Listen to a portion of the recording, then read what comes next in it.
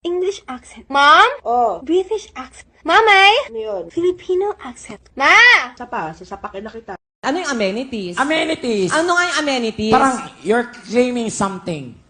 Ano claiming something amenities? Oh, wag niyong pakialaman to ha. Amenities. Ganun.